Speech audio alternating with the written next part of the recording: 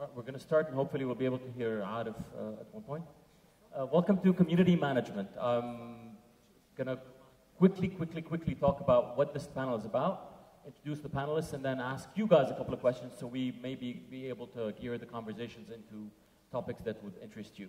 So with me today are 4 acronyms. We've got Fuad from NBC, Nawaf from SCC, Arif from PNG, and Meredith from OMG. You guys all rhyme. Community management is clearly not just being able to moderate posts on Facebook or create a content calendar and post or upload a video on YouTube. It requires a lot more. And with us today, we have the experts in the field. We have NBC moderating or actually managing a community of how many? 40 million. 40 million? 14 million, unless you add the others. STC has a community of total more than 2 million online. 2 million. PNG across your brands. Just one. And Meredith handles clients such as Pepsi. You want to list others?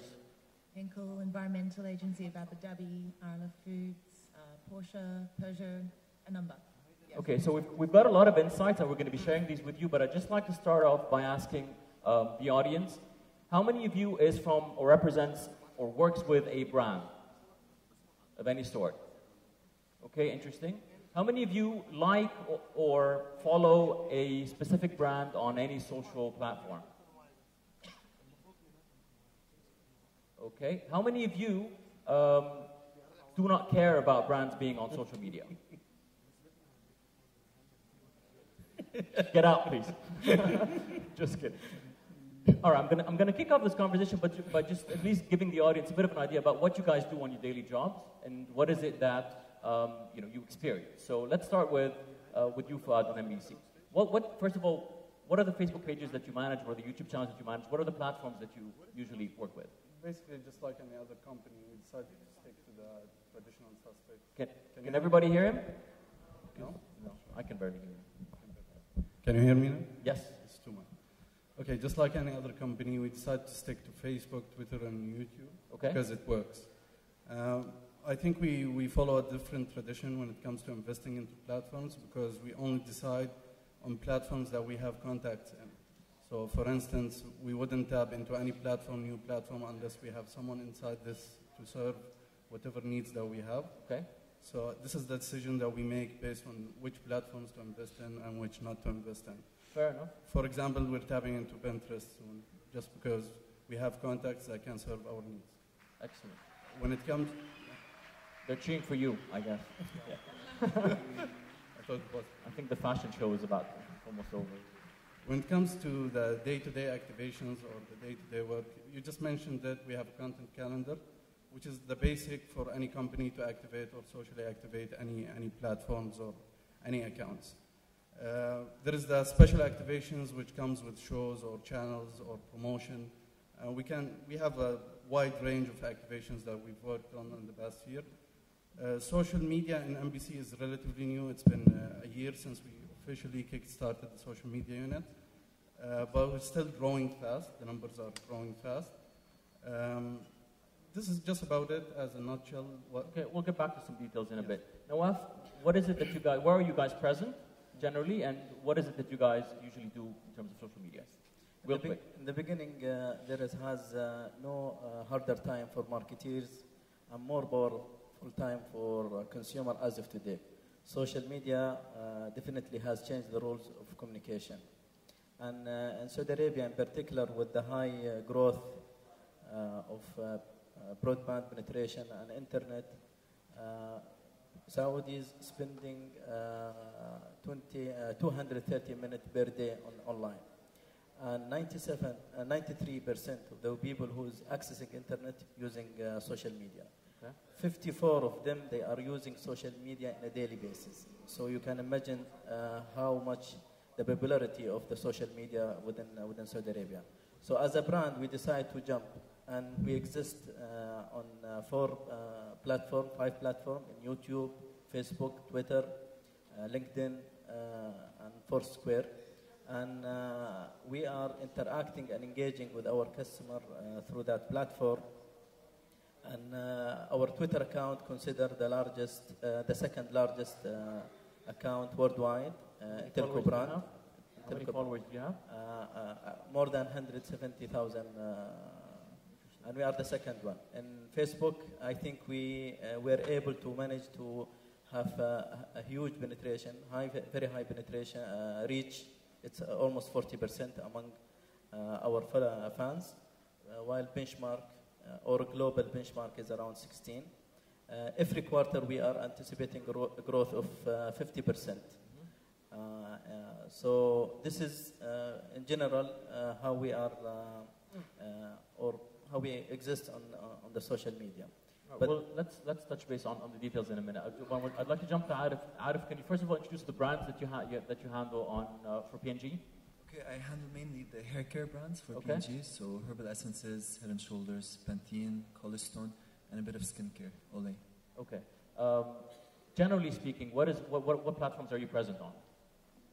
I don't think our presence is differentiated versus what the gentleman just talked about. So all of the main social networks, Facebook, Twitter, YouTube, of course. The only thing that I would add to the conversation is being integrated within social media that we don't necessarily own. So a lot of the conversations are happening on discussion forums and threads like Alam Hawa, like Farasha, which is owned by Yahoo. So it's important that the scope of community management expands beyond our Facebook pages necessarily. Great segue, because I'd like to also ask Meredith, generally when you're engaging with conversations that are not really on the platform of your own, somebody's complaining about you, they don't really go to your own page and complain about you. They complain about you behind your back. What are the processes that you use to be able to monitor this, and how beneficial is it, generally speaking? Absolutely essential. To me, it's the cost of doing business is having a strong monitoring system. When you're asking the question, what platforms are we on? Well, we are where our audience is. Mm-hmm. When a client comes to us and says, I'd like a Facebook page, the first question we ask is why? How do you know that? And that's where monitoring comes in handy, to understand where your audience is, where they're engaging, what they're saying, how they're communicating across different platforms. And likewise, when you have an issue that comes up, they may be commenting on a blog, they may be on a forum, etc. Sometimes it is on your own page, but monitoring is absolutely critical. Monitoring in English and Arabic, by the way, to be able to catch those issues at a nascent stage. Okay. Arif, do you also employ listening? I mean, that was a huge insight for us, that people talk about you behind your back. So if they want to bitch about you, they don't necessarily log on to Pantene Arabia and complain about the brand. They usually do it behind your back. So there are a couple of tools that you can use, but it's the insight is not in which tool we use. So yes, there's social bakers. There are free tools like Topsy.com. Obviously, we used to rely a lot on Google, but once they lost their contract with Twitter, there's no more real-time search anymore. So we rely on Topsy, which is very free and very quick. But what's more important is what you do with that information. So we obviously have our community managers all the time connected. And we often surprise people by responding back, even when they didn't necessarily tweet to our brand or didn't necessarily post on our own page. Sometimes it's a delightful surprise. Other times it's a bit awkward. But we make sure that they're heard because they're talking about us, so they can talk to us as well. Fair enough. Well, let's talk about Arab Idol for a second. How many posts do you usually go ahead with when Arab Idol is actually running? We go around 20 posts. It's around per show? No, per episode. We go around 20 to 40 posts, depending on how many content we have. What kind of comments do you get, and how many comments do you usually get? Usually, when it's prime time, we get around 10,000 comments to 15,000 comments per post, and we get around 20,000 likes. 15,000 comments per post. So you write up a post, you post it, and how much time does it take for those 15,000? 5 minutes, 10 minutes. So in 10 minutes, you get 15,000 posts. How do you moderate that? We don't really moderate. Yeah, we don't really moderate the whole thing. What happens is we follow a policy where, if we're talking Facebook specifically, Facebook has a keyword block list, which we use intensively. Mm-hmm. We have a list of keywords, offensive keywords that we block automatically. We have around, sadly, we have around 6,000 keywords to block. which 60,000 blog keywords. Yeah, 6,000 blog keywords. Can you sell those? I mean, that would be the biggest list of profanities. And yeah, I'm sure it will. In 3 different languages and so many different accents. Okay. So I learned a lot of swear words during that. We use the collaborative moderation model, which is the community itself filters the community. Okay. People themselves, if they find something offensive, they report it. And with time, it becomes spam. If someone is offensive all the time, or anything they post will become spammy. Was it easy for you or for your team to be able to convince management of the fact that, you know what, we're going to open up on social media, we're going to invest in X amount. How many resources do you have managing your social media pages? Now we have only 4 managing everything. 4? Yes, only 4. So we have 4 people managing 15,000 posts that are posted up, in addition to all the other Actually, platforms. the account holder is 1. So there's 1 person managing the whole. How does management go and say, yes, sure, you know, there's 15,000 posts that are going to go up. We don't know what they're going to say. They might have a fight with each other and have another Arab Spring. If all of these people get together, they'll probably have a revolution. How easy is it to convince your boss or your client? Or Actually, I'm sure just like any other company, it took a while for top management to understand what social media is and how it works. And there is some stuff, if you're tapping into social media, it means freedom. So you cannot control everything that happens. With time, I think it took us like 6 months to convince everyone that some stuff we cannot control. It's actually better to leave it there and have it there, because if you start moderating everything and removing everything, you'll have a backlash worse than just leaving things on social media.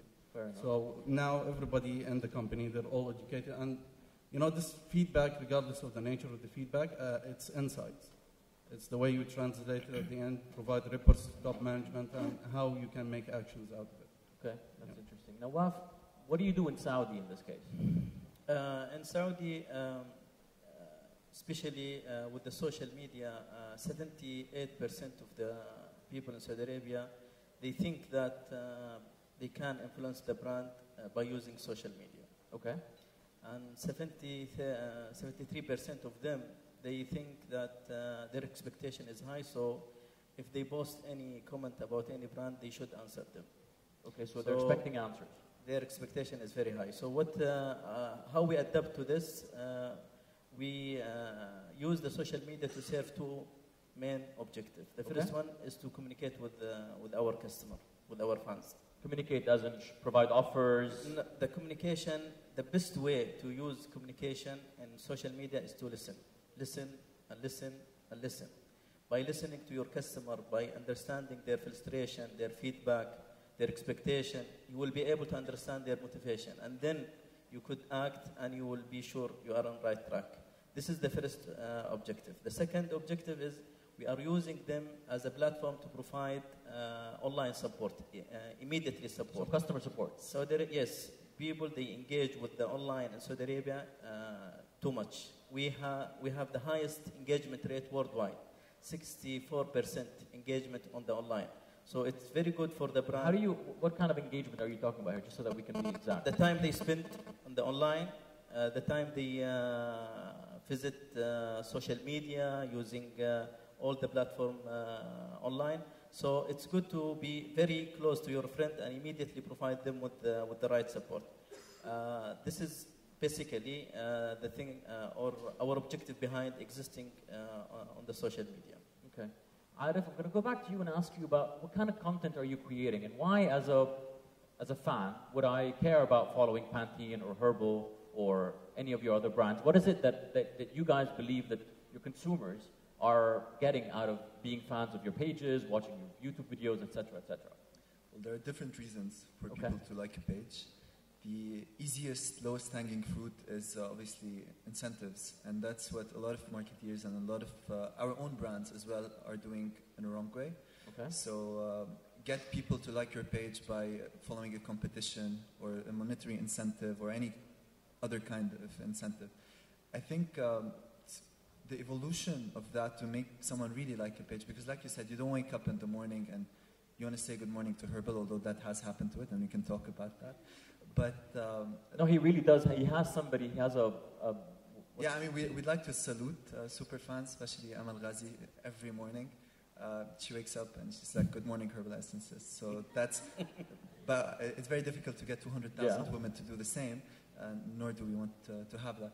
I think what gets people to like the page is obviously the content, but the content is a word that is so ambiguous, and as marketeers we tend to hide behind it a lot of time.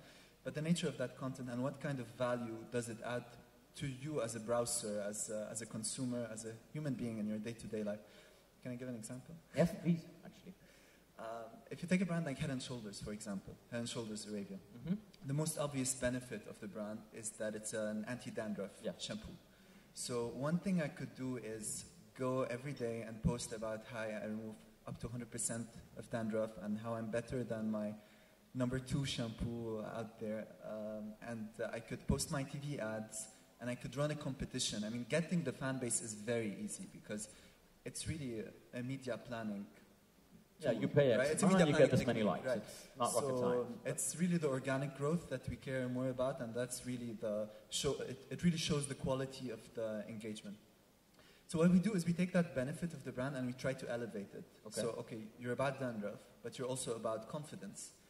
When you're talking confidence, there's so much more content that you can create around it that would be relevant to you, even if you don't use Head & Shoulders.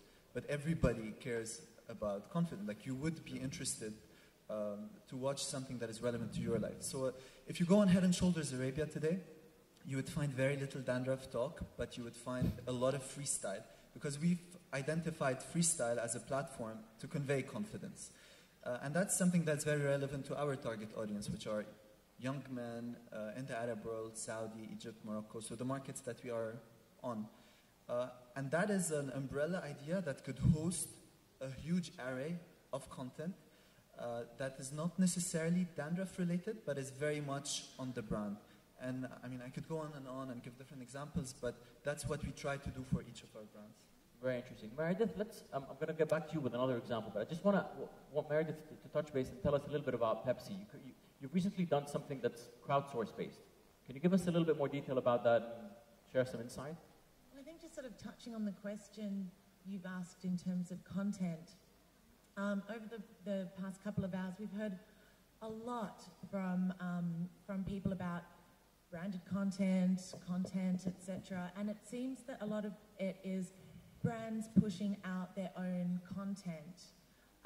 The way that we see it, and this touches on the example, we see ourselves as defenders of the community, right?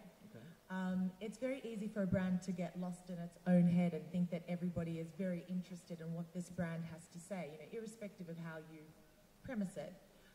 So looking at Pepsi, for instance, and Arab Idol, we worked with NBC to create an environment so that people could get back to what they use social media for, which is to connect, to share, to talk between themselves, to empathize, to identify with each other. So we created a mobile application for Arab Idol where people could talk to each other about Arab Idol, they could share things, they could check in, etc. But they could also have a little bit of fun as well. So they could sing into their phones. A video would be created, that would be uploaded, and we had over 12,000 of those videos created, over 900,000 videos viewed. And I think the key learning for something like this is it's not all about brands pushing out your own content, but how about we act in an altruistic way and provide environments so that people can interact with each other or at least enjoy themselves. So that's really the objective of it's also about creating a community of people who not only are there because they want to get something from the brand, but because they share some kind of interest and want to communicate with each other. It's facilitating a great environment for people to have fun, to learn, whatever those objectives might be. Okay, well, I have something to say. It's mainly about fans acquisition, let's call it this way. We don't necessarily at NBC, we don't agree with the concept of marketing campaigns or competitions to attract fans to come to the fan page. Okay. And because we think those fans, they come for a purpose, which is a competition, and later on they leave. So usually we run our competitions on our website, and it's not on the social networks themselves. Okay. So, and we don't force anyone to participate. Okay. This is something we don't do. Another comment on things, before NBC started its official presence, when we were looking for MC properties on different social networks, we already had a relatively huge followership and fans on Facebook with silent pages. Okay. Yeah, the pages are silent. There is no content on those pages, and they're growing in numbers. So people actually, they like the brand. It differs. They like the brand even if the brand wasn't saying anything. Even if it wasn't saying anything. Oh, that's interesting. So when we started claiming fans and we set up our official presence and we started collecting all fans into official properties, this is where the content, when we started pushing content, this is the net he told us about, and this is what triggered the conversation. The silent liking, there is people who seek the brand and they like it just for the sake of liking. Mm-hmm. When you start activating, you start getting feedback and response. So whenever I post something on MBC4, for example, about, let's say, a new show called Ruby, you'll get the response of people about Ruby. If I don't push anything about Ruby, you'd rarely find anything within the comments about the show. So it depends, anything you want to sniff the sentiment about, you just push it just to see what people want. And then again, you'll have the content calendar, the marketing calendar, and all of this. Interesting. Arif, talking about competitions, you handle hair care. How does that work in Saudi Arabia? The thing about Saudi Arabia and the rest of the region is we talk about Facebook, but it's actually faceless book. Okay. So a key differentiating element is anonymity. And for us, we target women specifically. Mm-hmm. And it's not only Saudi Arabia, 83% of the population in Egypt are veiled, 100% approximately in Saudi. So I work on hair care, and we still, suffer from working.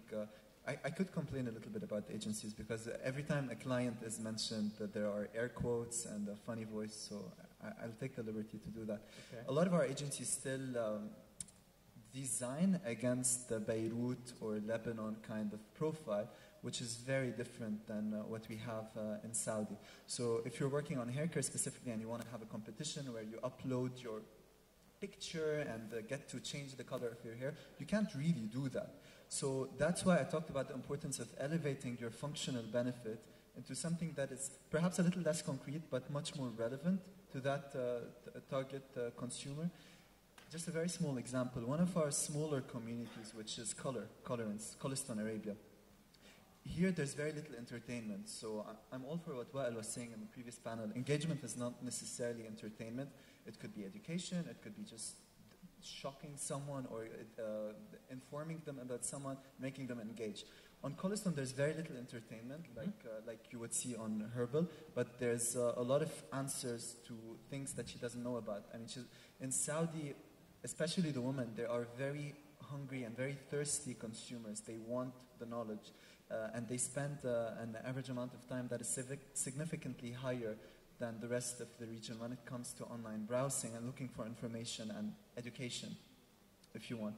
So that's how Saudi is different for us. Anonymity is a big differentiating factor. Now, Waf, anything to add on Saudi Arabian behaviors? Yes, I just would like to comment about recruiting a fan or marketing your brand via social media in order to build your network. I think it's a good idea, and there's so many ways to do it.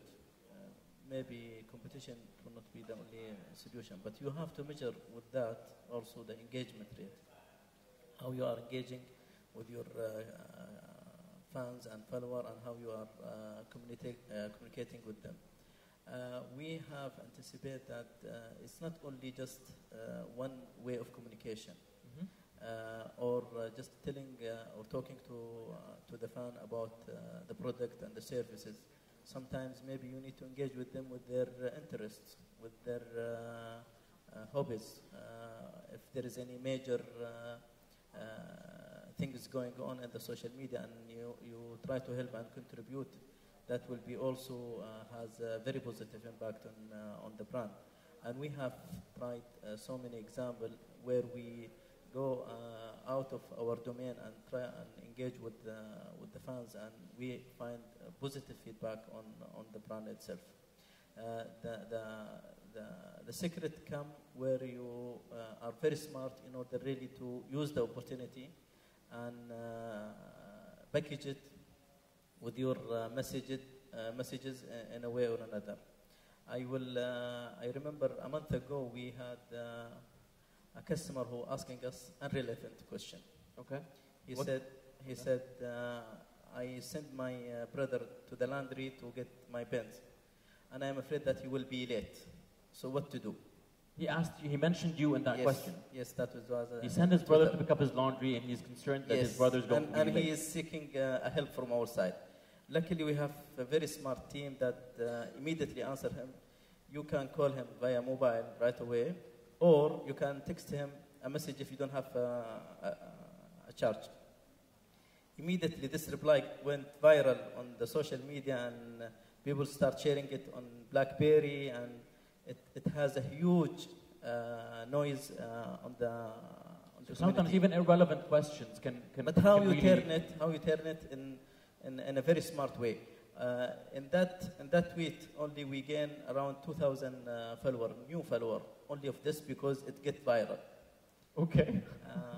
So I mean, I'm sure that was not part of your content calendar for that day. You know, everybody's try to build his know-how. He try to build maturity, because still this is a very new platform.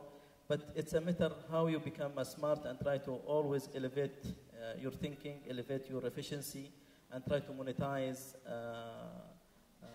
the social media in the sake of the brand. Excellent. Meredith, let's talk about resources for a second. You handle an agency, and you have clearly a lot of brands that you work with. Is it, generally speaking, is it a matter of hiring somebody who speaks the language so that they can manage the community or create content for it, or at least go through it? What kind of challenges or experiences have you had in managing communities for multiple clients across multiple regions? Okay, well, we have a team of 22 that work on social media. That's the team. There's lots of challenges. Firstly, we need to hire communicators, first and foremost. Sometimes it doesn't necessarily matter if they've not worked in social before. Many people haven't. However, they need to be sociable people. Mm-hmm. Personality really does count for a lot. But when it comes to the brands that we work on, we work across the whole of Middle East and North Africa.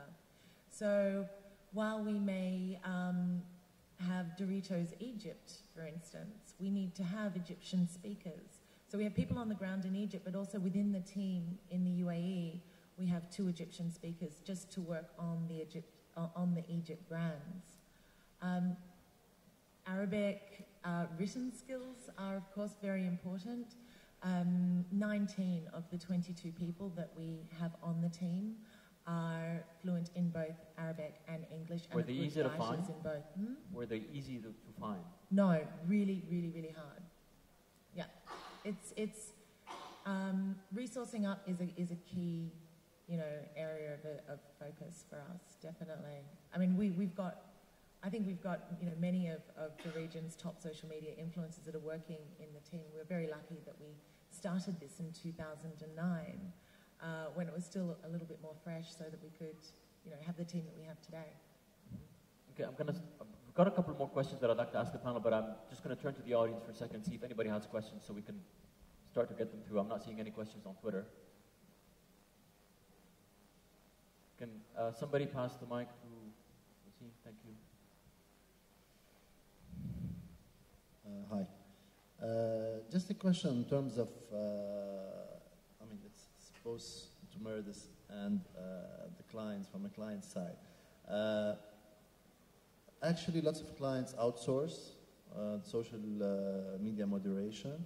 Lots of clients decide to do that in-house.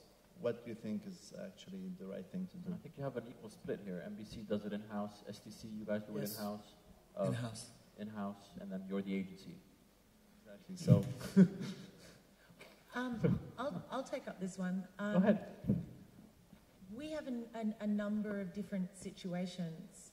Sometimes we handle social lock, stock, and barrel. But we also work with, we're integrated with some of our organizations as well. Often the challenge can be, if you're coming from the client side and you're handling it in-house, it's that ability to scale. So, for instance, if there's an issue, a crisis, a big campaign, etc., you do need the manpower. You have to be ready to invest in the tools. So, from that perspective, the agency is fantastic. Also, some of our clients, for instance, may not integrate well between the departments.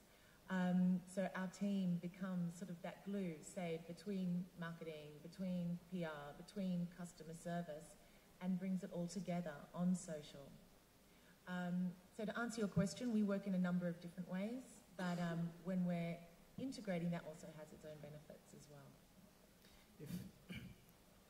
Yeah, go ahead. If I may add, in general, from brand to another, there is similarity and there is a difference.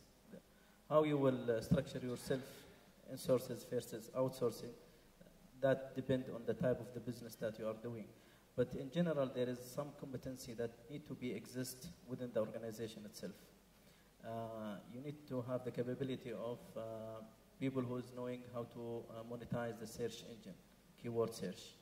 And at the same time, you need to have at least strong copywriter with a creative mind that could produce for you the content with the related party from outside if needed. And taking into consideration from platform to another, it's different. Facebook, for example, they engage more with picture, with multimedia.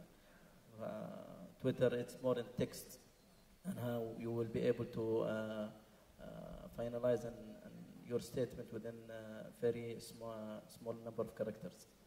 The most important thing is the empowerment of the team who is managing social media. You need to empower them and make sure that they could have extra mile where they could answer the customer and immediately smart utilizing the whole activity that's going on and the accident that they will be facing.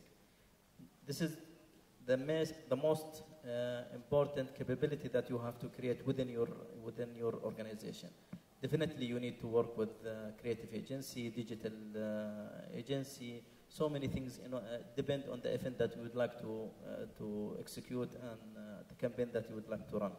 Sorry, no, Arif, you had something. It is actually illegal for us to outsource community management if you are working on a pharmaceutical brand or medicine, because for us, the community manager is the face of the brand and is the voice of that brand. So whatever he or she says could have consequences for which the company is accountable. So in the case of pharmaceuticals, it's illegal. In the case of the other FMCG brands, it's up to us. Within P&G, there are different practices. Personally, I believe in assessing first the pros and cons of in-house versus outsourcing.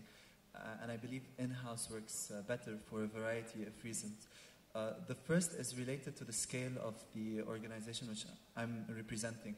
For a lot of other clients, in-house does not make any sense because you do need to rely on an agency which will develop the content, have a social engagement strategy for you, and the community manager is just a moderator. In our case, the return on investment of the talent is actually far more efficient if you do it in-house. But the second, much more important thing is that she or he would have unlimited access to resources which you require in order to do a good job on community management. Somebody mentioned real-time before, and it's not necessarily real-time in our case, but if you want to respond fast, you need to be able to speak with the R&D of the brand, with the brand team, have access to the marketing director if there's a crisis. Being outsourced in an agency, we've tried that, and it slows you down a bit as well. The other there's a whole list of pros and cons which we had to do to go about that decision. But another factor is you control the recruiting and you control the profile, and you control the longevity of that community manager and how long he or she stays with you, and you nurture them and train them on a day-to-day basis. So they're an integral part of your brand team as opposed to being outside your office completely working on their own. Next question. Let's keep changing the topic. Hello. Hi, Wael. Hi again. I guess we have to ask a question, I have to ask a question. This is mainly to Meredith, but I would like also to have the reflection of the clients. We started off with you giving numbers. I have 16 million, 14 million, 1 million. But of course, now we know you can easily buy fans and followers. Yes. So does that mean that every single brand have to have a social life? Do you have to force it in every brand, or what do you guys do? Sorry, do you well, let me take your numbers? question in a different way, just at least so that we can get a bit of understanding. Does any one of you believe that collecting fans is what's important? No. Arif? It's step one, right? I mean, you can have great engagement with 5 people, but that's pointless. No, definitely. But we're saying at the end of the day, a year after you've launched, is that what you come back scale, to say? scale is no longer the objective once you've built it. Okay. So who'd like to answer the question now? Can you please restructure that question a little bit for us, Wael? So it's saying, end of the year, one brand would have 4 million, and another brand would have 22 million followers or fans. Okay? Are we showing off to the big bosses that I have this many, or I have 2 million that actually talk to me every day? Don't ask it that way. Of course, everybody's going to show up to the big boss and say that. That's the easiest way of getting away with it. But then, what is it? Are you asking about what are the other ways to measure? You have robots. Yeah. In the end, if I have empty zombie followers. Image followers. Yeah. Can I answer? Yes, definitely. Okay. Basically, no, it's not about the count. It's not like hit counts or fans or followers numbers. For example, I'll take ArabIdol example. When we're promoting the Twitter on screen, we don't promote the account. We promote a hashtag. So we're promoting conversation over followership. Again, if you want to sniff sentiment, you don't necessarily need to have accounts. You can do it just like you mentioned, Topsy, with keywords, whatever you use. You don't necessarily need to have official accounts to sniff sentiment or to generate reports. Official accounts is to respond or to engage, to officially announce. So it's not about the numbers. It's if you have the numbers, it's power. But it's about the reports and sentiment and decision making that comes after reporting. Okay, Arif, I get a copy of your reports every week. I like what Wael said about that. zombies, because the fact is 84% of your Facebook fans are zombies. And even if you have 1 million fans, I mean, today we celebrate the wrong things as clients, and still the industry is fascinated by the size of a social media platform. Let's see how long it takes for that to go on the Twitter fan. 84% of your fans are zombies. Yeah. No, but that's a reality, and Facebook would say the same thing, actually. Only 16% of your fan base is likely to see your status update today on Facebook. So the rest are probably not going to see it. So if someone like Meredith comes and tells you, I don't think this brand should have a social life, would you accept it? We'd have a conversation about it. It depends on the brand. I think there's a lot you can do, though, to optimize your content so that it does get seen by more people. And shareability, and as Alex said before, searchability is absolutely key.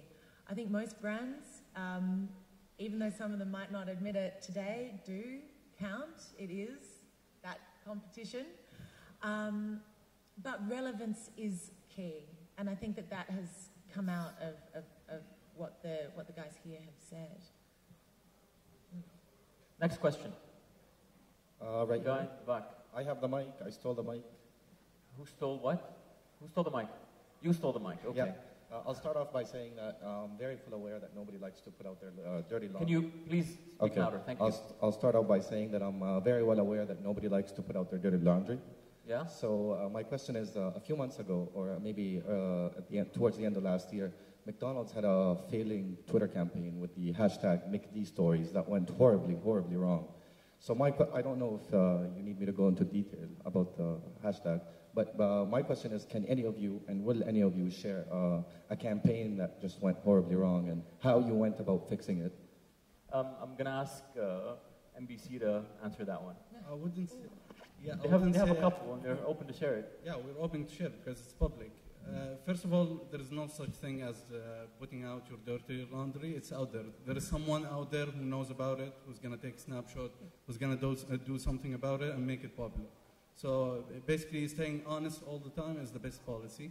What happened with we had a case at the beginning of ArabIdol where someone took the word idol and started to come up with names like anti-religious names. So, for instance, NBC is promoting ArabIdol as something against the meaning of the word. And it went viral. The video started in KSA. I'm sure you're aware of it. So the video started in KSA and the video itself went viral, and it was a huge campaign against NBC bringing such a show to the region.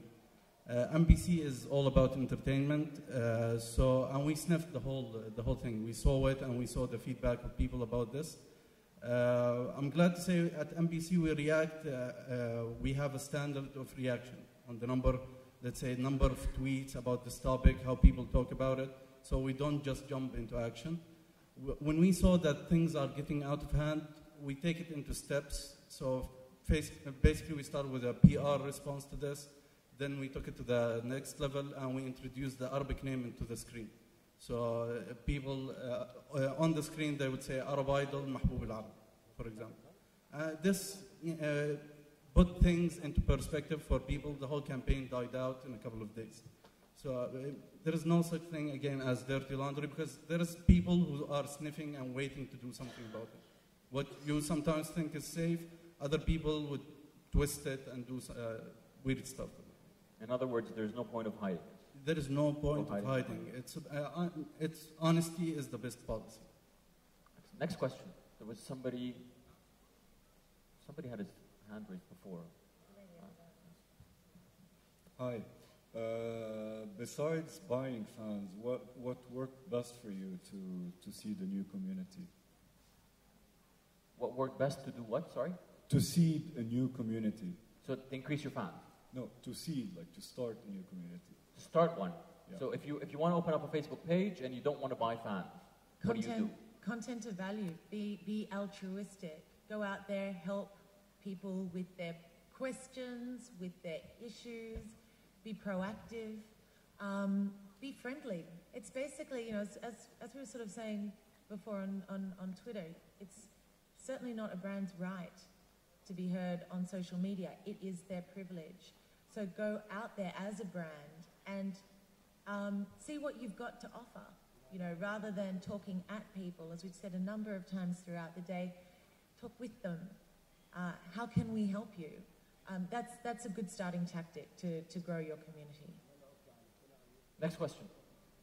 Could I just add also, I mean, first, we shouldn't evaluate the job of the community manager on expanding the role of the community, because the fact is, if you want the scale, you're going to have to put in the dollars. Yeah. But just one thought, something that I could think of which could also grow your base is relying on influencers. So in the case of Herbal Essences, Lara Skandar, who's very strong on Twitter, plays a very important role. Raya from MBC plays a very important role for Head & Shoulders as well, because she's the face of the brand. So that gives it another human element and the face that people know, and that could also help in seeding it. Great. Yes, the guy sitting right here. Good morning, it's Ali from OTL. I just want to ask the brand owners, how do you define ROI for you? We've seen it from the advertising point of view, from the advertising agency point of view. Mm-hmm. So how do you guys see the ROI as like a return on investment for money-wise? Arif, just want to start with Arif because I know he has an example to give about generally producing content.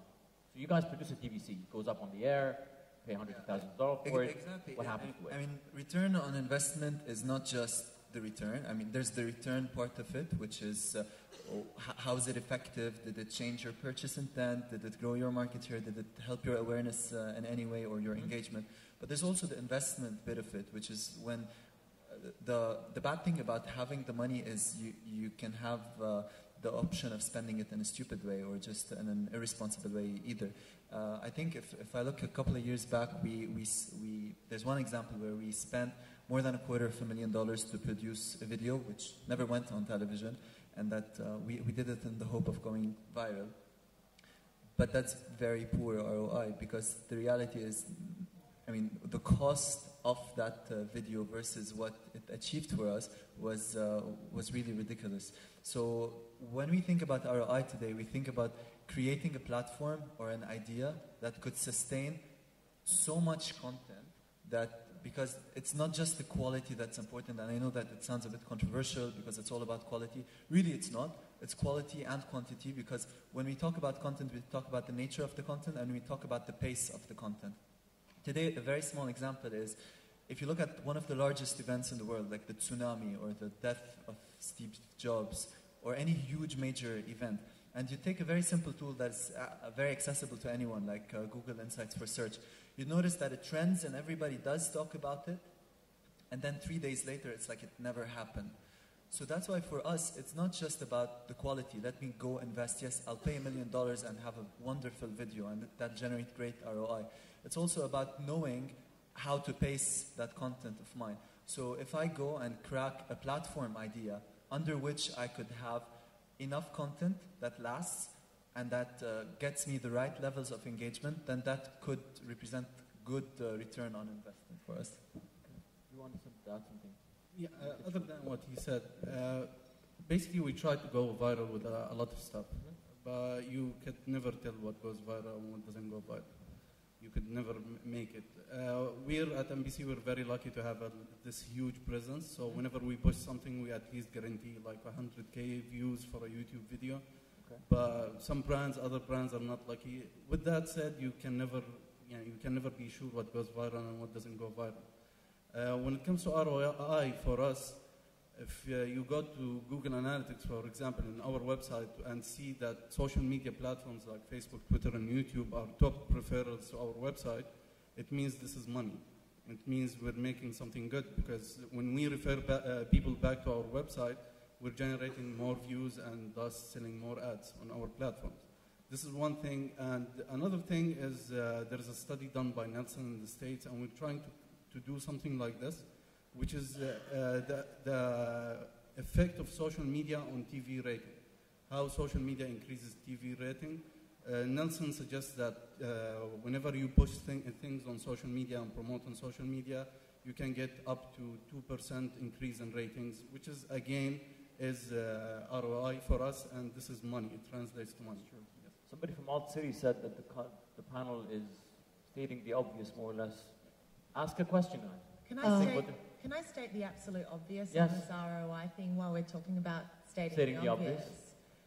You know, there's so many tools and tactics in this, that, and the other to determine what ROI is. But the thing is, if you've already started and you don't know what your ROI is going to be, well, then it's already game over. In the planning phase, we need to understand what your business objectives are.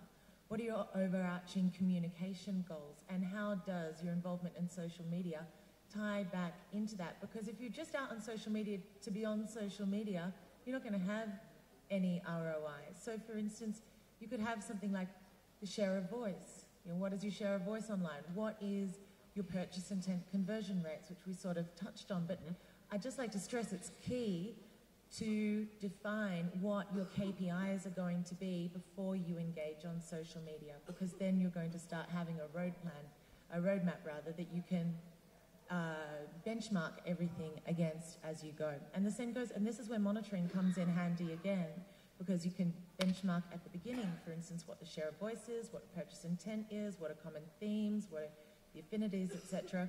And then you can measure that progress month by month, you know, quarter by quarter, as you'd like, to determine if you've achieved your KPIs. Okay. Sorry. I just want to react to it. I don't agree it's about share of voice. I mean, even on television today, share of voice is not necessarily good ROI, because today, if my competition goes black, they go off air, I would have 100% share of voice, correct? That's true. But I'm not necessarily operating at the right media levels on television. On social media, it's the same. I'm not necessarily obsessed about my share of voice, but the return on it, yeah, I mean, it is return on investment. I'm not ashamed about that. Of the community that I have, and how likely are they to talk about the brand? Excellent. 2 more questions from the audience. First one with a mic. My name is Fida. I'm the founder of a video-based website called zaytune.com. Yes. I want to ask you about actually 2 points. You were talking about how conversation is queen, but then conversations cannot be shared and liked, and so they have their timeline sort of stops at some point. And Arif, if you have more insights about videos, because we believe that videos are actually will get users more, they will get more interaction, they will raise your loyalty, the user's loyalty, fans and followers, loyalty to a brand. So if you can just give us more insights, if you have, on whether video. Sorry? On video? Yes, please. Okay. If I go back 18 months back, I think we had the most ridiculous strategy when it came to video. We would go and we would ask consumers to upload their own videos. And often what you would come back with are filmmakers, students who have the technology and the passion to do that. So that was one extreme of user-generated content, trying to force it and trying to make people go shoot yourself, edit it, upload it, and then we will evaluate it and you'll be part of a competition. Then we did another extreme of we go and we shoot something of the caliber of a TVC. So we invest a lot of money to shoot something that could live on social media in terms of video. But again, it was about how quickly it's going to die as well. So I think there's a very nice sweet spot, which is a middle ground between mixing the two. I could give a couple of examples which we're doing. One of them is to rely on a big idea again, and from that big idea you create an ample amount of video, each of which might not necessarily be of TVC quality production. You could do it with handycams, but as long as they fall within that idea and within that campaign, it would make sense for us to produce them. Another way is where you mix online and offline, and you ask consumers to show up in a certain place and kind of like auditions, like in Arab Idol. So the effort that is required from your consumer is very minimal, but then you handle doing it in the form of a video, you upload it, you select what makes more sense, and you share it. So I think these are two little ways of going about video. Guys, the panelists are talking to you and not at you because they're on a panel. Not funny. Okay. If you want a statistic on videos, Saudi Arabia has the highest YouTube consumption rate per capita in the world.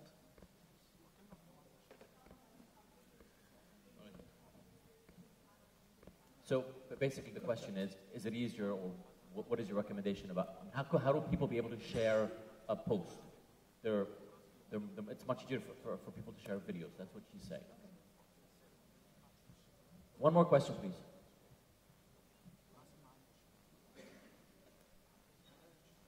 There's sorry. Hi. Hi. My name is Asad. I basically have a big mouth and a Twitter account, that's all. I wanted to ask, but because what I've been noticing, that all the clients you're naming are big clients, like Arab Idol, it's a TV channel. PNG, you are handling also accounts that are very well known to the people. Okay. The challenge would be if you had accounts which nobody heard of and you made them succeed. Can you give me such clients you worked with, like a trademark that I never heard of, and you made it successful due to social media, not to TV spots and PR and media and 50 years of being online? Thank you. Offline. Let's have an agency start with that first, and then we'll... Yeah, we were given the island of Butina to look after for the Seven Wonders, New Seven Wonders. Yeah, in Abu Dhabi. For the New Seven Wonders of the World competition. It is unique in that, well, nobody had really heard of Butina. You also couldn't go there because of its ecological importance to Abu Dhabi.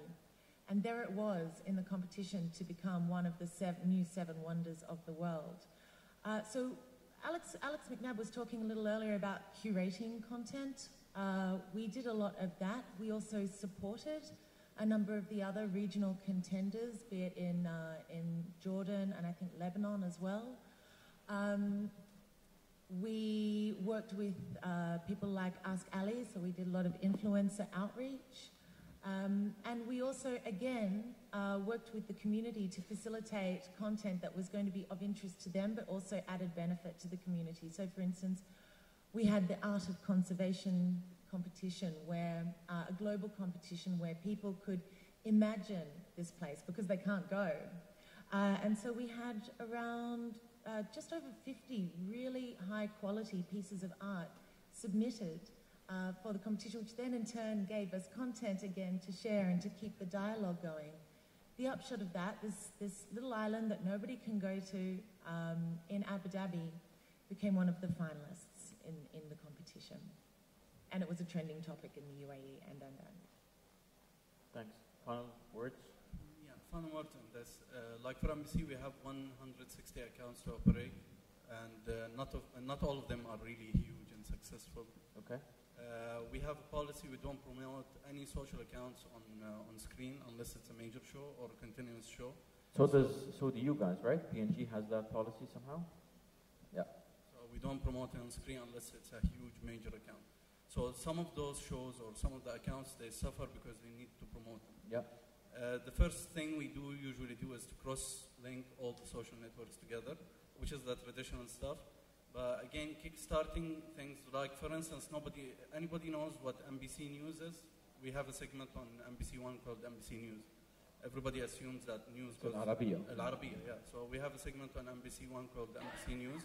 And we could say relatively to the segment itself and the time that segment shows on screen, the level of engagement we have for the social networks is relatively good. Mm-hmm. The way we promoted it is we ask people to push their news to us. So this fan page is where people send in their news. We use the news, we verified it, and then we take it to screen. So, interesting. Yeah. Okay, just to round up, more or less, what we've learned today. From NBC, most importantly, do not be shy about your mistakes. If you do end up having something that's a problem, don't hide it, don't try to hide it, but don't make a big deal out of it either. Put it out there and try to deal with it in any way, shape, or form. They even changed the name of the show and added an Arabic tag to it just to make sure that that problem gets resolved. What we learned from SEC is, apart from the fact that you need to listen, and that's how starting a conversation really works, customer support seems to be working really well for them. They're the second biggest telecom on Twitter.